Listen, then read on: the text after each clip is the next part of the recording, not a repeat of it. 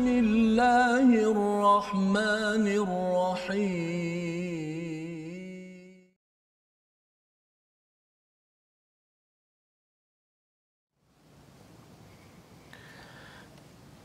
أعوذ بالله من الشيطان الرجيم.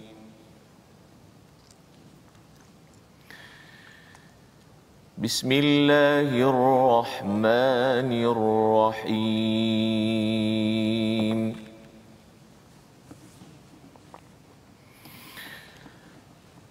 قالوا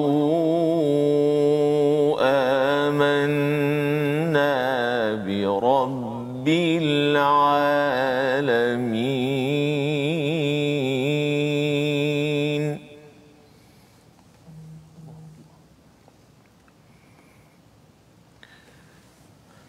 رب موسى وهارون.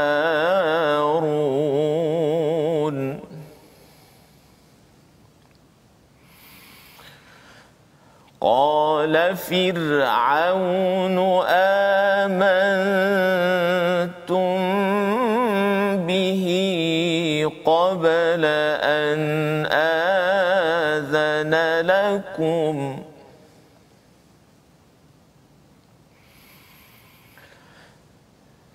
إن هذا لمكر مكرتموه في المدينة لتخرجوا منها أهلها فسوف تعلمون.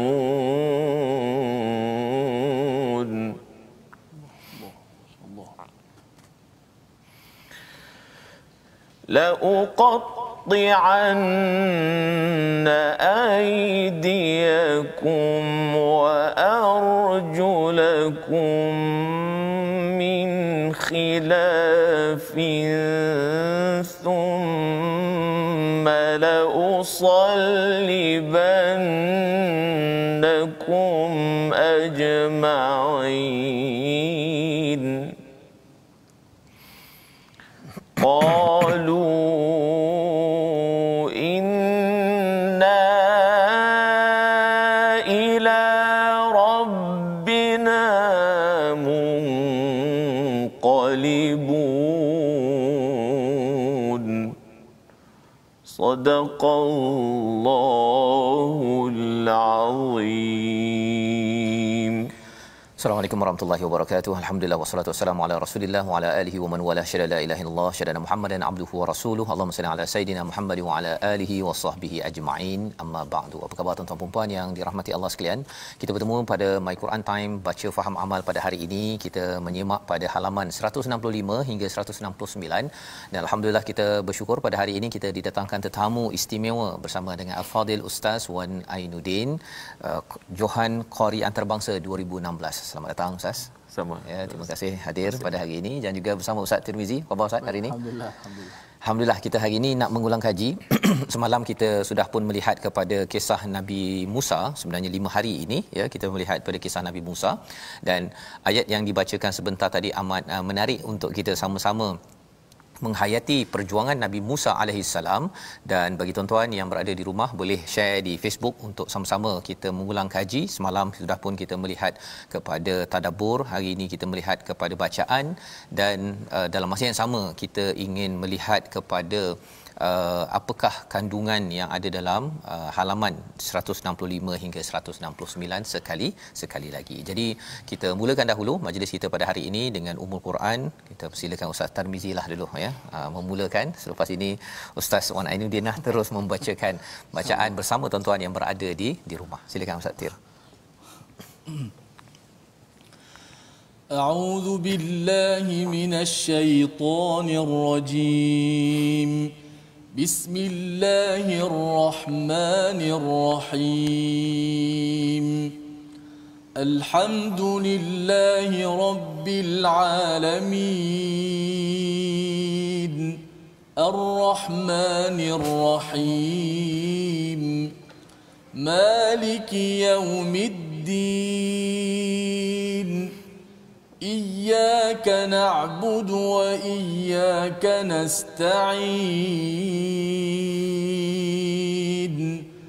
اهدنا الصراط المستقيم صراط الذين أنعمت عليهم غير المغضوب عليهم ولا الضالين.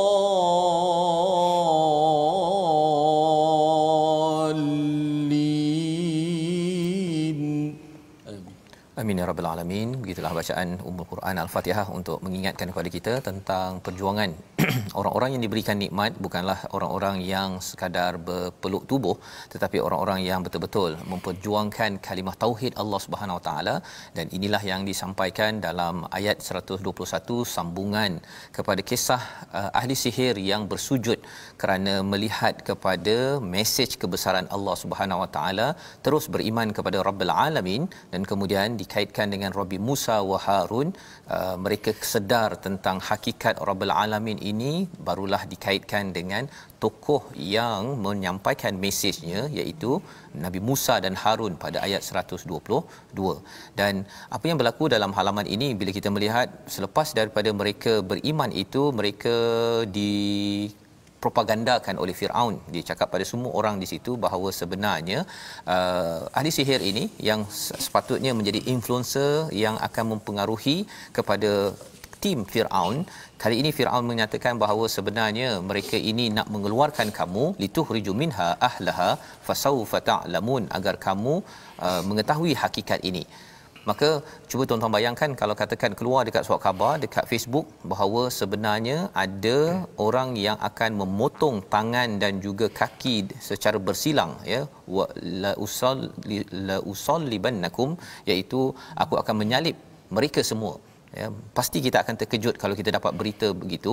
Inilah yang berlaku pada ayat 124 yang dibacakan oleh Ustaz Wan Ainuddin sebentar tadi sebagai pembukaan kepada perkongsian kita pada hari ini. Jadi Ustaz Tirmizi, kita bertuah bersama dengan Ustaz Wan Ainuddin untuk kita berbincang-bincang lebih lagi. Tadabbur semalam kita dah. Hari ini mungkin tentang bacaan, tentang tajwid yang mungkin Ustaz nak kongsi bersama juga. Alhamdulillah, yang kita hormati dan sayangi tuan guru kita Ustaz Wan Ainuddin Hilmi Abdullah, penonton-penonton sahabat Al-Quran, Ustaz Fazrul, kita bertuah pada kali ini kita datangkan khas untuk penonton sahabat-sahabat Al-Quran, tokoh Al-Quran yang saya sendiri kagumi alhamdulillah dengan bacaan beliau yang cukup baik dan cukup dapat kita ambil manfaat bersama. Baik, kita nak minta Ustaz Wan kongsi sedikit kepada kita lah. Saya selalu juga melihat live daripada Ustaz Wan di page beliau, Ustaz atau dikenal sebagai Uswah. Mari bertartil bersama Uswah. Uswah tu Ustaz Wan Ainuddin Hilmi. Hampir setiap malam Ustaz Wan live dengan program Mari Bertartil bersama Uswah. Jadi mungkin Ustaz Wan boleh kongsi sedikit mengapa Ustaz Wan mengadakan aktiviti ataupun live Mari Bertartil, ataupun pasti ada sebab kenapa buat, kan? Kemudian perkataan tartil itu sendiri, apakah dari sudut kepentingan dan sebagainya? Maksudnya yang di page itu Ustaz dah mula sejak bila Ustaz? Dah lama ke baru lagi? Bismillah. Jadi kita dah sampai ke episod ke-54. Masya-Allah. Satu hari satu muka surat. Satu muka surat. Okey. 50 hari lah tu, kan? 54. Sila Ustaz. Jadi bismillah, assalamualaikum warahmatullahi wabarakatuh. Alhamdulillah wassalatu wassalamu ala Rasulillah wa ba'd. Jadi pertamanya terima kasih kepada Ustaz Tirmizi, Ustaz Fazrul. Antara perkara ataupun sebab yang menyebabkan saya memulakan pada usaha untuk mengadakan live setiap malam, kita mengaji satu muka surat setiap malam ini dari sudut bacaan saja, bukan dari sudut tak ada tadabbur lagi lah. Sudut bacaan saja adalah bolehlah sekali-sekala nanti kita sekali Ustaz ya. Sekali-sekala kan. Jadi tujuan adalah untuk mengimbangi kita kata revolusi sekarang ni, guru-guru Al-Quran yang sangat ramai yang mengajar secara online sekarang ini, dan sangat ramai pengikut mereka. Dan apabila kami semua para qurra dan juga para pakar-pakar Quran. Saya bukan pakar pun. Cuma orang kata di antara duduk dalam grup sajalah. Jadi bila kita tengok ramai sangat orang yang mengajar dan orang pun ramai suka mengaji ni, maka ditakuti oleh kerana di pihak berkuasa sendiri tidak ada satu tapisan untuk apa dia secara online. Secara online ni maknanya tidak ada satu orang kata kebenaran dan lembaga yang menapis guru-guru Al-Quran untuk mengajar secara online, secara terbuka ini. Maknanya siapa saja yang nak mengajar dia boleh buka page dan dia mengajar. Dan Kemutan live tu cakap apa-apa. Dia boleh cakap apa saja. Jadi ditakuti walaupun dalam keadaan minat orang yang sangat minat ini dan juga tujuan yang baik, tetapi ditakuti ada kesalahan-kesalahan yang mana bila disebarkan diikuti oleh orang ramai, sedangkan pakar-pakar Al-Quran tidak pula mengambil inisiatif yang sama. Jadi saya yang orang kata datang satu kesedaran di pihak diri saya, dan setelah berbincang dengan sahabat-sahabat pun, sahabat kata dia orang pun semua sibuk belaka. Jadi nampaknya oleh kerana PKP ni, sejak PKP nampak saya tak berapa nak sibuk kat luar. Jadi sibuk pun kat rumah saja. Jadi saya ambil inisiatif untuk saya duduk situ satu jam pun satu malam. Dan saya mulakan supaya apa dia mengimbangi. Kalaulah kata ada di kesalahan-kesalahan ataupun kekurangan di pihak guru-guru lain, maka mungkin dia boleh apa yang saya buat itu boleh menjadi satu rujukan untuk apa dia orang ramai melihat apa dia yang perkara yang lebih, sebab apa yang saya buat ini adalah berdasarkan kepada semua yang saya buat, saya tidak datang daripada idea saya. Bila saya bercakap, saya tidak kata ini daripada saya. Semuanya berdasarkan daripada kitab para a'immah dan berdasarkan daripada musyafahah daripada guru ke mulut, guru ke guru, murid ke guru yang saya terima daripada guru-guru saya dan sudah ditashihkan. Jadi oleh kerana itulah saya tengok mungkin perkara yang saya buat ini kata bukan nak bersaing, tapi nak cerita, nak mengimbangi saja. Dan sekurang-kurangnya kita dapatlah saya pernah tanya sendiri Ustaz Wan. Ustaz Wan kata apa? Ustaz Fas, saya bocor sikitlah hari ni, Ustaz Wan kata, kenapa mengajar? Saya kata berat juga kalau Tuhan tanya. Dia mau tahu, dia mau tak mengajar. Saya ambil guna bahasa tu, guna Aziz sikitlah, orang Kelantan. Pasal dia orang Kelantan. Jadi kalau Tuhan tanya, dia mau tahu kenapa dia mau tak mengajar. Jadi terasa tu dengan banyak di luar sana, sekurang-kurangnya dapat Ustaz Wan gunakan satu medium untuk mengajar kepada masyarakat di luar sana. Supaya ialah kita kata apa, ilmu ni dia, Al-Quran ni dia bukan ilmu yang seperti ilmu-ilmu lain. Dia adalah wahyu Allah Subhanahu Wa Taala. Tak boleh kita tambah, tak boleh kita kurang sedikit pun tentang bacaan Ustaz Fas. Jadi bila Ustaz mengajar tu, Ustaz mengajar seoranglah setiap malam Ustaz. Saya seorang saja. Seorang Jadi tak ada backup ke siapa ke? Tak ada backup. Jadi kalau kata saya ada urusan malam tu, jadi saya akan buat recording awal. Itu dia punya tekniknya. Dan dia saya lihat ni dia terbukti. Dia punya istiqamah dan live-nya setiap malam, bukan baru nak buat kan.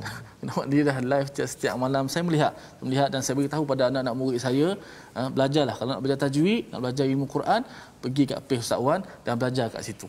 Jadi bila Ustaz baca satu page tu bukan sekadar satu halaman sajalah, ada sekali dengan tajwid ke ataupun macam mana tu?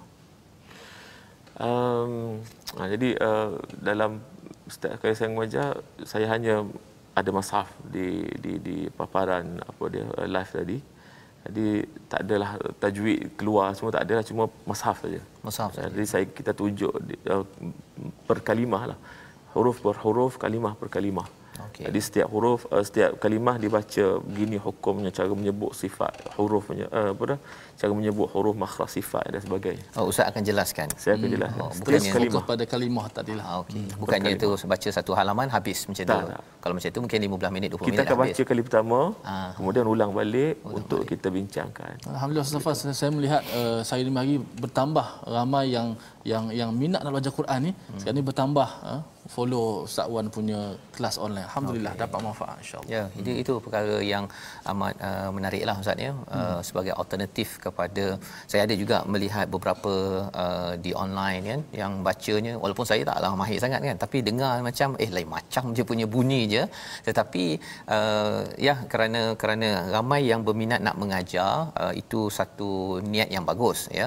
Cuma dia ada amanah ilmu di situ, dan bagi tuan-tuan yang mungkin ada masa kelapangan nak mencari, kadang-kadang nak mengaji bersama kan, kita sudah kehilangan peluang itu sementara ini ketika PKP, tapi kena cari guru yang tepat, dan salah satunya ialah Ustaz Wan Ainuddin sendirilah yang boleh kita belajar bersama. Tuan-tuan ikuti hari ini sekejap je, tak sampai 1 jam kan, tetapi lepas ni kita harapkan halaman-halaman yang telah kita belajar dalam My Quran Time ini juga dapat dibaca berkali-kali ya, berkali-kali. Dan mungkin nak tanya juga Ustaz, ada tak pelajar yang masuk dalam program Ustaz tu, ataupun Ustaz seorang sahaja bercakap? Saya sahala je lah. Sahala saya saja, seorang. ya. Jadi kita ada perancangan untuk buat kata 2 hala lah, maknanya orang boleh join baca dalam mungkin ambil seorang pelajar, 2 pelajar ke kan, okey, untuk menyimak bacaan, paling kurang pun dia menjadi ruang untuk orang lain belajar juga kan, bila dia disampaikan di Facebook. Ada juga Ustaz Fas di Taraki family yang buat grouping kan, Taraki bersama Ustaz Wan setengah jam, 1 jam, 10 orang ataupun 5 orang. Taraki secara online yang secara tertutup lah. Maksudnya ada yang one to one, ada yang 5 orang satu grup, juga taraki macam tu. Jadi yang itu mungkin terpisah ya, tetapi bacaan setiap hari itu yang tuan-tuan boleh lihat bersama, satu di My Quran Time ya. Tapi kalau katakan ini nak baca sekaligus, dan harapnya mungkin targetnya Ustaz, maksudnya setiap satu hari satu page, 605 604 hari nanti akan khatam ya, lebih kurang macam Quran Time jugalah ya, di mana itulah perancangan masya-Allah. Jadi tuan-tuan sekalian, kita mengetahui tentang perkara tersebut, dan kita nak teruskan sedikit lagi ulang kaji kita pada halaman 166, iaitu kita melihat kepada apakah cabaran-cabaran ataupun ujian bala bencana yang Allah berikan kepada siapa? Kepada Firaun dan juga orang-orang pada waktu itu. Kerana apa? Kerana mereka ini apabila diingatkan tidak indah, malah mereka bila ada kepayahan barulah mereka ini ingin kembali itu bukan kembali kepada Allah 100%, hanya kembali untuk diselesaikan masalah sahaja. Jadi kita lihat kepada ayat yang ke-133, apakah bencana tersebut dan apakah yang berlaku selepas itu sehingga ayat 135 ya. Jadi kita persilakan Ustaz Wan Ainuddin membacakan ayat 133 hingga ayat 135 insya-Allah. A'udzu billahi minasyaitonir rajim. Bismillahirrahmanirrahim. فأرسلنا عليهم الطوفان والجراد والقمل والضفادع والدم آيات مفصلات فاستكبروا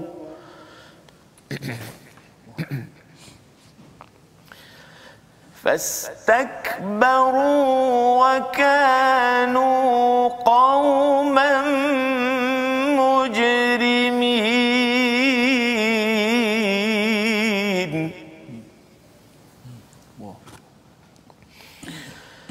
ولما وقع عليهم الرجز قالوا يا موسى ادع لنا ربك بما عهد عندك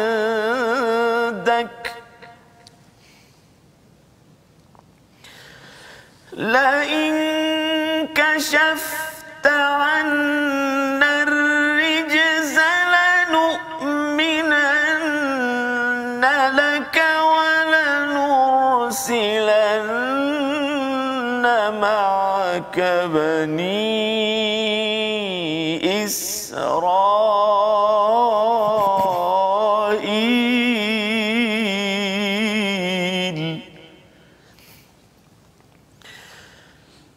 فلما كشفنا عنهم الرجز إلى أجل هم بالغوه إذا هم ينكثون صدق الله العظيم. Surah Al-Azim, gitulah bacaan daripada ayat 133 sehingga ayat 135 menceritakan bagaimana proses Allah menegur kepada sesuatu kaum apabila dihantarkan mesej tidak endah, maka Allah berikan satu ujian, ya, satu package kalau pada zaman Firaun ini dengan tufan, dengan angin taufan yang menyebabkan banjir, yang menyebabkan selepas itu berlakunya kotor dan airnya kotor, merebaknya taun. Yang keduanya adalah jarad, iaitu belalang, dan kemudiannya datang fasa kummal, iaitu kutu, dan kemudian fasa dhafadi', iaitu katak, dan yang kelimanya adalah darah, sebagai satu perkara untuk mencabar ataupun mengingatkan kepada mereka jangan sombong. Dan bila berlaku perkara tersebut, mereka pun rasa stres. Mereka berjumpa dengan Nabi Musa pada ayat yang ke-134, minta Nabi Musa untuk berdoa pada Allah agar selesaikan perkara ini. Mereka fokuskan pada solusi, mereka bukan fokus kepada mereka nak kembali beriman kepada Allah Subhanahu Wa Taala. Jadi apabila perkara ini Nabi Musa doa selesai, mereka kembali balik kepada kekufuran, maka apakah yang berlaku? Mereka ini pada ayat 136 Allah benamkan, ya, Allah lemaskan Firaun dan juga pengikutnya, ya, di Laut Merah itu, fil yam bi annahum kadzabu bi ayatina wa kanu anha ghafilin, kerana mereka lalai. Dan lalai inilah antara topik besar dalam surah Al-A'raf, agar jangan sampai kerana kelalaian menyebabkan kita istikbar, sombong, dan sombong itulah yang akan menjemput bala daripada Allah Subhanahu Wa Taala. Mengingatkan pada kita pada zaman ini bahawa kita sebenarnya tak nak jadi lalai, dan Allah mengejutkan kita dengan COVID-19. Harapnya kita bukan sekadar mencari solusi vaksin, tetapi kita mesti kembali balik kepada Allah Subhanahu Wa Taala. Semak balik apa yang kita buat, apa yang silap kita, untuk kita bertaubat. Agar apa? Agar jangan sampai bila Allah angkat COVID-19, kita sekali lagi diberi peluang. Pada waktu itu kalau kita lalai daripada Quran, daripada solat kita, khawatir kita akan dihancurkan. Allah boleh buat, tapi minta Allah jauhkan. Jadi kita akan bersambung kembali. Kita berehat sebentar. My Quran Time, baca, faham, amal, insya-Allah.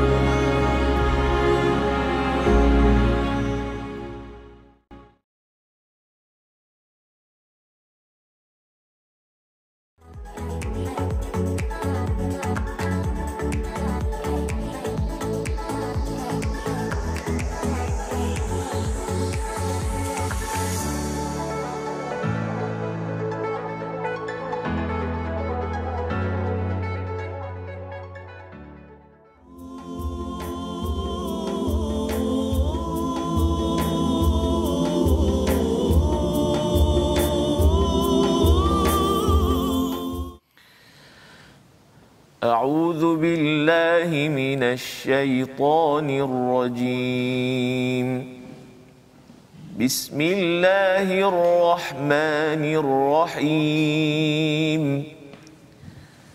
وواعدنا موسى 30 ليلة وأتممناها ب10 فتم ميقات ربه 40 ليلة وقال موسى لأخيه هارون اخلفني في قومي وأصلح ولا تتبع سبيل المفسدين ولما جاء موسى لميقاتنا وكلمه ربه قال رب أرني أنظر إليك قال لن تراني ولكن انظر إلى الجبل فإن استقر مكانه فسوف تراني فلما تجلى ربه للجبل جعله دكا وخر موسى صعقا فلما أفاق قال سبحانك تبت إليك وأنا أول المؤمنين صدق الله العظيم. Sadaqallahul Azim. Itulah bacaan daripada ayat yang ke-142 hingga 143.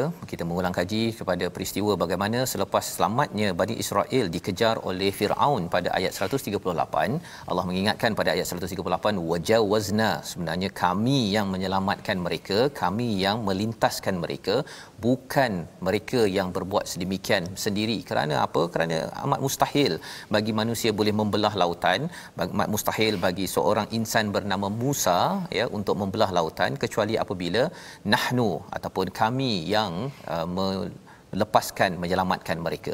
Jadi selepas mereka sudah pun selamat itu, mereka Bani Israel masih lagi anak didik ataupun kaum yang dididik oleh Nabi Musa ini buat perangai ya, iaitu minta berhala dibinakan lihah ya, sebagaimana yang mereka nampak pada kaum lain. Tapi tetap juga Nabi Musa mendidik mereka kerana ini ada misi. Nabi Musa ada misi untuk ketauhidan, untuk bebaskan kepada Bani Israel ini. Dan selepas dalam masa beliau mendidik itu, beliau ingin bertemu Allah Subhanahu Wa Taala untuk mendapatkan janji daripada Allah, iaitu Taurat selama 30 campur 10 hari, 40 hari. Dan pada waktu inilah Nabi Musa memberikan tanggungjawab kepada Nabi Harun pada ayat 142 yang dibacakan oleh Ustaz Wan Ainuddin sebentar tadi. Dan Nabi Musa bertemu Allah pada ayat 143 itu, Nabi Musa minta ya, iaitu arini anzur ilaik ya, qala rabbi arini, ya Allah ataupun Tuhanku, nampakkanlah, tunjukkanlah padaku, anzur ilaik, aku nak tengok lama-lama ya. Arini ni ara, tengok sekejap sepintas lalu, tapi anzur itu tengok lama-lama. Jadi Allah kata bahawa kamu tak mampu nak tengok sekilas pun, tarani lan tarani, kamu tidak mampu. Tetapi apa yang Allah jawab, cuba kamu tengok kepada unzur, tengok lama-lama, ilal jabal, kepada gunung. Kalau katakan bukit itu masih lagi okey, kemudian kamu akan dapatlah tengok sekilas, fasaufa tarani. Tetapi apa yang berlaku bila Allah tajalla ya rabbuhu lil jabal ja'alahu dakkau wa kharra Musa sa'iqa ya, hancur gunung tersebut. Jadi ia menyebabkan Nabi Musa pun pingsan. Pada waktu itulah Nabi Musa menyatakan subhanak tubtu ilaika wa ana awwalul mu'minin, aku bertaubat padamu ya Allah, aku adalah antara orang yang betul awal-awal beriman ya, beriman kepada Allah Subhanahu Wa Taala. Jadi kita sudah melihat kepada babak ini mengapa penting pelajaran untuk kita, wa ana awwalul mu'minin. Ada perkara dalam dunia ini kita tak nampak, kita tak dapat, tetapi kita perlu iman awal-awal ya. Mana mungkin kalau kita nak dapat yang kita kadang-kadang ustaz ya, kita minta lebih-lebih ya, tapi Allah bagi mungkin apa yang dapat sahaja. Kita perlu falyastajibu li wal yu'minu bi, kita yakin, percaya Allah memang bagi kita yang terbaik. Kalau kita nak semuanya dijelaskan, mungkinlah kita dapat semua, tapi akhirnya kita nampak kerosakan seperti mana Firaun diberikan semua tetapi rupanya makin rosak lagi. Jadi di sini pelajaran daripada Nabi Musa, dan bercakap tentang Nabi Musa ni sudah tentu dia ada kaitan dengan Ustaz Wan Ainuddin, pasal Ustaz Wan Ainuddin lama di Mesir. Ya, ustaz pun di Mesir. Boleh tak cerita sikit pengalaman di Mesir ustaz berdua lah. Ini dua-dua sekali tak dengar cerita terutama tentang budaya Quran ya, tentang baru ni saya ada dengar satu tausiah daripada Mesir, daripada Azhar Syarif. Dia kata bahawa COVID-19 ini semua orang memang kena kembali balik kan. Kena tahu bahawa ini bukan flu biasa, tapi ini penyakit pandemik yang Allah suruh kita tengok kembali, kan. Dalam keadaan di Azhar itu, masjid pun sama macam kita lah, dijarak-jarakkan. Jadi bila mesej itu keluar daripada Azhar Asy-Syarif Mesir, kan, pastinya ada kaitan pengalaman nostalgia Quran. Ustaz Wan Ainuddin, kalau boleh kongsikan sikit. Boleh kongsikan sikit macam mana budaya Al-Quran tu di Mesir. Pertamanya bila saya pertama kali saya sampai di Mesir tu, on the way daripada airport, itu first time saya turun daripada airport nak pergi ke rumah tu. Kebetulan sahabat saya tu dia tak bawa kereta, dia bawa saya naik bas je. Naik bas. Di situlah saya tengok pemandangan kali pertama orang baca Quran dalam bas. Mana itu antara budaya Quran yang tidak ada di tanah air kita sendiri pun. Dan antara budaya Quran juga kat sana, satunya orang Mesir ni, walaupun ialah kalau tanya sahabat-sahabat yang pernah duduk Mesir lama pun, saya bukan lama sangat pun, setahun je duduk sana. Yang lagi lama pun tertanya, dia orang sendiri pun sebahagiannya tak berapa suka panggil orang Mesir. Tetapi suka dengan lubuk ilmu kat sana. Situ tu pusat ilmu kat sana. Jadi nak cari ilmu kat sana tu mudah kat sana sebab mana-mana. Tapi satu saja orang Mesir ni, walaupun perangai, iyalah masing-masing orang ada perangai, tapi nak cerita lagi, walaupun kita tak suka dia, orang Mesir ni dia respect pada Quran. Saya ingat masa saya nak balik daripada airport, nak balik ke Malaysia, nak balik betul lah, bukan kata balik sekejap, balik betul. Masa tu ada problem dengan tiket saya. Jadi tertahan saya sekejap, flight saya pun tunggu sekejap. Jadi bertanya jawab ni, satunya sebab saya bawa anak saya tu bawa pasport dia tu, dia tak bagi bawa, takut saya bawa balik anak orang. Jadi dia tengah bersoal jawab lama ni, tiba-tiba dia datang, dia punya kapten dia tanya, kau datang sini buat apa? Saya kata saya datang baca Quran. Baca, dia kata. Suruh saya baca Quran. Jadi saya pun bacalah Quran. Dia kata kau baca paling bagus sekali, kata.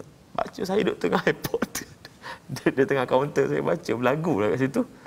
So dah saya baca 2-3 ayat je pun, dia marah, dia punya staff dia kata, kau kenapa tahan dia? Dia kata kau lepas dia. Hanya dengan baca Quran saja dia boleh lepaskan saya. Tak banyak kali berlaku di Mesir pun. Antara sebenarnya satu keajaiban dengan orang Mesir ni, dia cinta pada Quran. Walaupun siapa-siapa pun, kalau tahu kita ni daripada orang mengaji Quran sana, polis pun dia lepas. Tak ada pasport pun dia lepas lagi. Tak ada pasport pun lah. Tak ada visa pun dia lepas lagi. Nak cerita sana. InsyaAllah. Jadi kalau naik taksi, nak tiket murah, tabang murah ke atau free, kena baca Quran lah. Pergi kedai pun sama. Pergi kedai mengaji Quran, sahabat saya Salahuddin tu. Pergi sana, kononnya bukan apa sangat. Nak kanan, nak bagi, nak minta murah je pun. baca Quran dapat murah sungguh. Murah, ya, masya-Allah. Ya. Dan masa saya ke Turki, saya melihat ada kedai-kedai, kalau pelajar-pelajar hafiz memang 50% off, terus diskaun. Pelajar Turki ke, kalau dia tahu ada orang yang pergi, saya beberapa kedai saya pergi tu, asalkan orang tu dia tahu, ya, kalau pelajar-pelajar tahfiz tu dia ada pakaian yang tersendiri kan daripada madrasah sana tu pun dapat juga. Jadi budaya-budaya itu rasanya budaya yang bagus sebenarnya, Ustaz, ya. Kalau katakan mungkin kita dapat budayakan, ya, sekarang ni kita mungkin tak dapat naik bas, train ramai-ramai, tapi kita harapkan selepas PKP ini selesai, ya, tuan-tuan, satu biasa orang pegang telefon sekarang ni kan, satu ialah check WhatsApp, tapi satu lagi ialah check Al-Quran ataupun My Quran Time. Sekarang ni dah mula dah sebenarnya.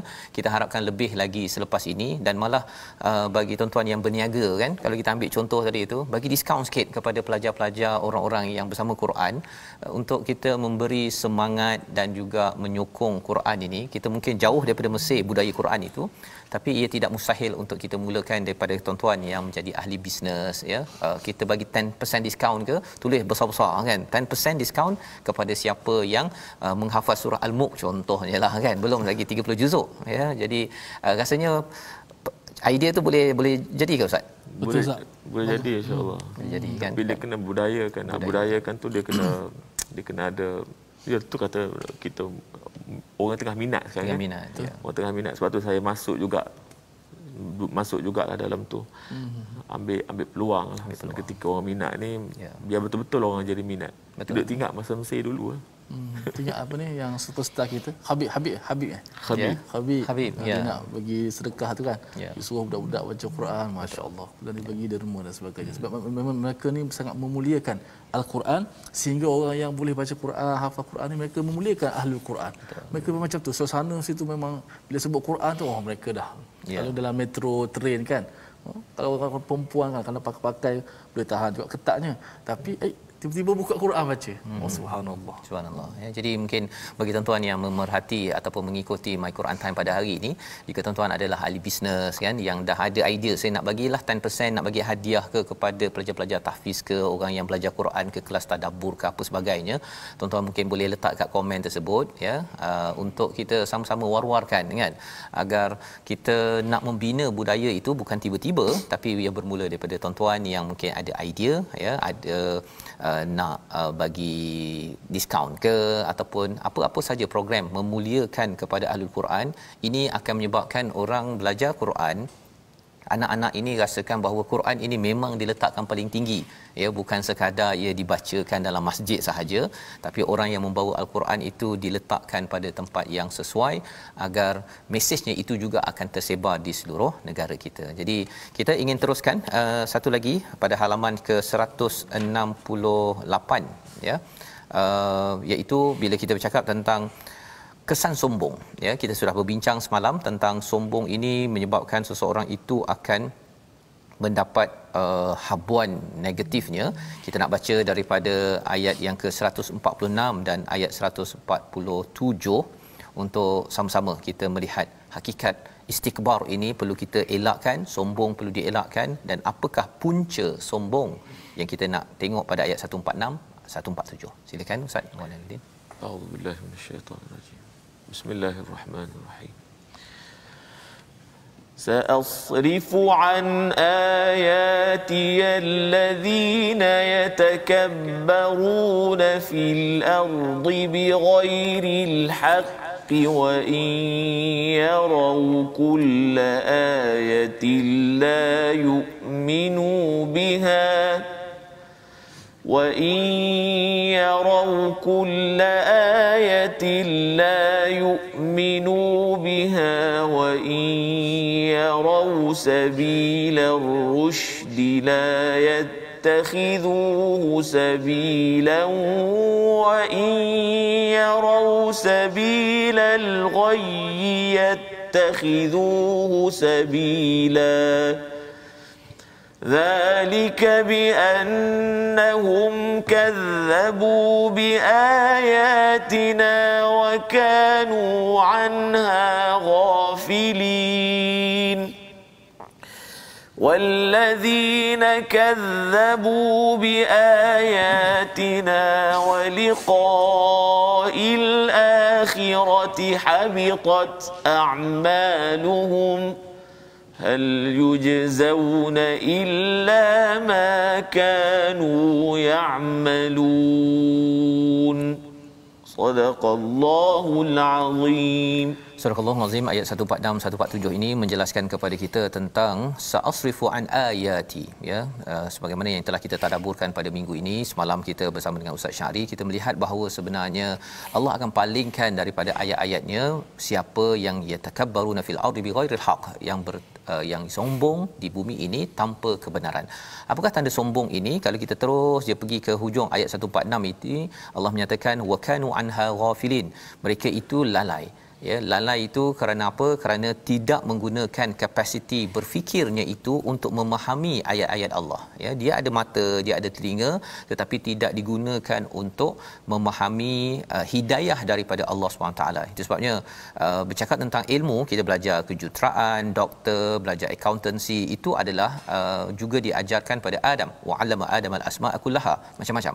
Tetapi yang dibekalkan kepada Nabi Adam bila turun ke muka bumi ini ialah hudai ataupun huda, hidayah daripada Allah. Jadi ada dua ilmu yang kita cari dan juga satu lagi ilmu wahyu yang perlu kita fahami. Kalau tidak, belajar jurutera, belajar doktor, belajar apa sahaja itu ilmu, tetapi ilmu hidayahnya tidak dijadikan sebagai panduan, kita akan jadi ghafilah. kita akan jadi lalai, dan lalai inilah yang menyebabkan seseorang itu tidak mengambil jalan yang rusyd sebagaimana dalam ayat 146. Dan puncak kepada takbur ini dan lalai ini diwakili oleh peristiwa Bani Israel pada ayat 147. Mereka membina berhala lembu daripada emas. Ya, mereka dah selamat dah ni, selamat ya, dapat seorang pemimpin yang bagus, tapi masih lagi degil. Mengapa degil? Kerana lalai campur takbur, lalai campur sombong. Ini yang kita perlu berjaga-jaga ya, pasal kalau lalai, Nabi Adam lalai dan akhirnya tersilap, terdekat dengan pohon, dan tetapi kerana tidak takbur, merendah diri, taubat. Rabbana zalamna anfusana wa illam taghfir lana tarhamna lanakunanna minal khasirin. Tetapi bagi iblis ialah dia lalai, kemudian dia rasa diri betul, dia tidak kembali kepada hidayah ataupun al-haq, gagal, dan akhirnya beliau menjadi orang yang iblis menjadi punca untuk menggoda lebih ramai lagi umat manusia kepada kelalaian dan juga kesombongan itu sendiri. Jadi tanda Bani Israel ini tidak takbur lama ialah pada ayat 149. Ini ayat akhir ini saya nak jemput Ustaz Tirmizi ke Ustaz Wan Ainuddin juga. Sekali lagi Ustaz Wan Ainuddin ya. Hari ini Ustaz Wan Ainuddin saja. Okey. 149 Ustaz, untuk kita melihat macam mana perkataan Bani Israel lebih kurang perkataan Nabi Adam ketika tersilap mendekati asy-syajarah di dalam syurga. Silakan Ustaz. Satu ayat je Ustaz, 149. A'udzubillahi minasyaitanir rajim. ولما سقط في أيديهم ورأوا أنهم قد ضلوا قالوا لئن لم يرحمنا ربنا ويغفر لنا لئن لم يرحمنا ربنا ويغفر لنا لنكونن من الخاسرين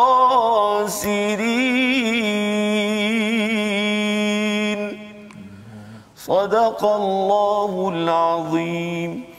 Dan apabila mereka menyesal perbuatannya dan menyedari kesesatannya, mereka pun berkata, sesungguhnya jika Tuhan kami tidak memberi rahmat kepada kami dan tidak mengampuni kami, pastilah kami menjadi orang-orang yang rugi. Jadi Bani Israel walaupun mereka sampai syirik kepada Allah SWT, mereka tetap juga suqita, iaitu maksudnya kalau kita ada gelas ya, kita pegang gelas itu, kita terus tercabut ataupun terjatuh ya. Sebenarnya suqita ini maksudnya terjatuh bau sedar, saya ni tak buat apa yang sepatutnya saya buat, iaitu mentaati kepada Allah Subhanahu Wa Taala. Mereka dah nampak dah bahawa mereka ini sesat. Qalu la illam yarhamna, jika tidak mereka ataupun Allah tidak memberi rahmat kepada kami sudah tentu akan menjadi orang yang rugi. Jadi kita juga sama, kita mahu jadi umat yang bila kita tersilap, kita dibekalkan ataupun diuji dengan COVID-19, kita jadi orang yang sentiasa menyatakan Rabbuna wa yaghfir lana lanakunanna minal khasirin, ataupun doa Nabi Adam yang diajarkan awal surah Al-A'raf ini sendiri. Jadi kita berdoa pada Allah Subhanahu Wa Taala. Tuan-tuan sekalian, hari ini kita bersama dengan Ustaz Wan Ainuddin, kita sudah pun mendengar pengalaman ya tentang inisiatif Ustaz Wan Ainuddin untuk kita sama-sama kembali kepada Al-Quran. Tak nak jadi orang yang rugi dah selepas ini, walaupun kita mungkin tersilap lagi, tapi dengan Al-Quran inilah, pegang dengan kuah pada hidayah yang ada zaman Bani Israel dengan Taurat.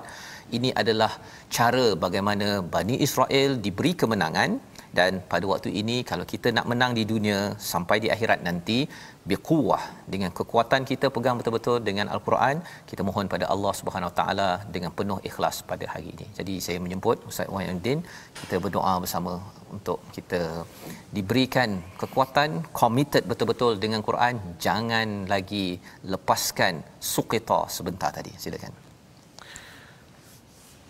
Silakan. Doa. Kita berdoa. Alhamdulillahi Rabbil Alamin, hamdan yuwafi ni'amahu wa yukafi'u mazidah. Ya Rabbana lakal hamdu kama yanbaghi li jalali wajhika wa 'azim sultanik. اللهم صل على سيدنا محمد وعلى آله وصحبه أجمعين. اللهم ربنا تقبل منا إنك أنت السميع العليم وتب علينا إنك أنت التواب الرحيم. اللهم اغفر لنا ذنوبنا ولوالدينا وارحمهم كما ربونا صغارا ولجميع المسلمين والمسلمات برحمتك يا أرحم الراحمين. اللهم ارحمنا بالقرآن واجعله لنا إماما ونورا وهدى ورحمة. اللهم ذكرنا منه ما نسينا وعلمنا منه ما جهلنا وارزقنا تلاوته آناء الليل وأطراف النهار على الوجه الذي يرضيك عنا واجعله لنا حجة يا رب العالمين. اللهم إنا نسألك الخير كله عاجله وآجله ما علمنا منه وما لم نعلم ونعوذ بك من الشر كله عاجله وآجله ما علمنا منه وما لم نعلم. اللهم ربنا آتنا في الدنيا حسنة وفي الآخرة حسنة وقنا عذاب النار. صلى الله على سيدنا محمد وعلى آله وصحبه أجمعين والحمد لله رب العالمين. Amin ya rabbal alamin. Terima kasih diucapkan pada Ustaz Wan Ainuddin sebagai tetamu kita pada hari ini untuk sama-sama kita terus committed bersama Al-Quran, dan tuan-tuan boleh saja follow page Ustaz Wan Ainuddin Uswah ya, untuk bacaan pada setiap malam ya. Kita dah baca pada hari ini, tuan-tuan boleh baca lagi, belajar, dan kita ingin sebarkan lagi kesedaran Al-Quran ini. Committednya kita dengan Quran pada tabung gerakan Al-Quran sebagai satu platform. Tuan-tuan boleh menyumbang ya pada tabung ini. Kita nak gerakkan kalau boleh selepas ini ramai lagi ahli bisnes yang menaja, yang memberi perhatian dan mengangkat ahlul Quran dalam masyarakat agar mesej Quran itu akan tersebar di seluruh negara di mana jua, dan ini juga akan menjadi saham kita sampai ke akhirat sana. Jadi kita bertemu kembali pada jam 5 petang ya, 5 petang, 11 malam dan juga 6 pagi. Rancangan ini dibawakan oleh Mufas agar kita membudayakan budaya Al-Quran. Kalau di Mesir sudah ada budaya itu, kita ingin bawa di Mesir ada Firaun bertukar jadi budaya Quran. Kita nak juga negara ini apa sahaja kesilapan, kita kembali kepada budaya Quran. My Quran Time, baca, faham, amal, insya-Allah.